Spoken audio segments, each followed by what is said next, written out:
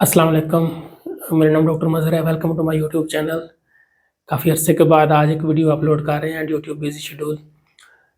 तो आज हम बात करेंगे बच्चों में चिड़चिड़ापन की कौन-कौन सी वजूहात हैं, काज़ेज़ ऑफ इरिटेबिलिटी की। तो बहुत शॉर्ट सी वीडियो मैं बनाऊँगा, लेकिन कोशिश करूँगा इसमें टोटली आपको इसके बारे में समझाया जा सके। तो इसमें सबसे पहले हमने देखना होता है कि कोई पैथोलॉजिकल कॉज़ तो नहीं है, मतलब कि कोई बीमारी की वजह से बच्चे में चिड़चिड़ापन तो नहीं आ रहा, स्पेशली छोटे बच्चों में। जिसमें मैं मल्टीपल टाइम्स आपको बता चुका हूँ कि इसमें एनीमिया यानी कि खून की कमी की वजह से अक्सर बच्चों में चिड़चिड़ापन हो जाता है। इसके अलावा अगर कोई और अंडरलाइंग कॉज़ है या कोई और बीमारी है तो उसे रूल आउट करना चाहिए। लेकिन मेनली हम बात करेंगे आज बिहेवियरल इश्यू पे, मीन्स के बच्चों को कोई बगैर किसी बीमारी के चिड़चिड़ापन बच्चों में क्यों होता है। तो सबसे पहले इसमें ये देखना चाहिए स्पेशली छोटे बच्चों में कि आपका बच्चा चाहता क्या है।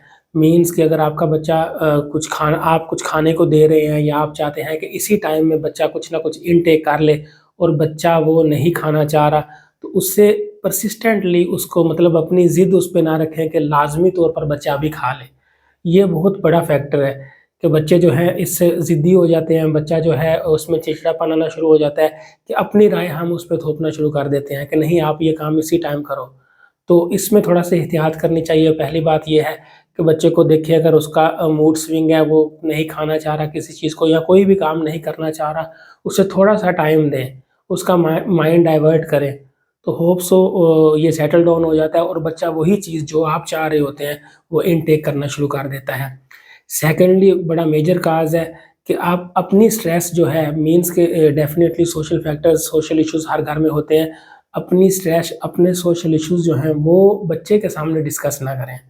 ये बहुत बड़ा फैक्टर होता है बच्चों में चिड़चिड़ापन होने का कि अगर क्योंकि आप जो बोल रहे हैं बच्चा उसको सीख रहा है, आप बच्चे के लिए रोल मॉडल हैं। वो ये नहीं देख रहा कि आप नेगेटिव बात कर रहे हैं या पॉज़िटिव बात कर रहे हैं।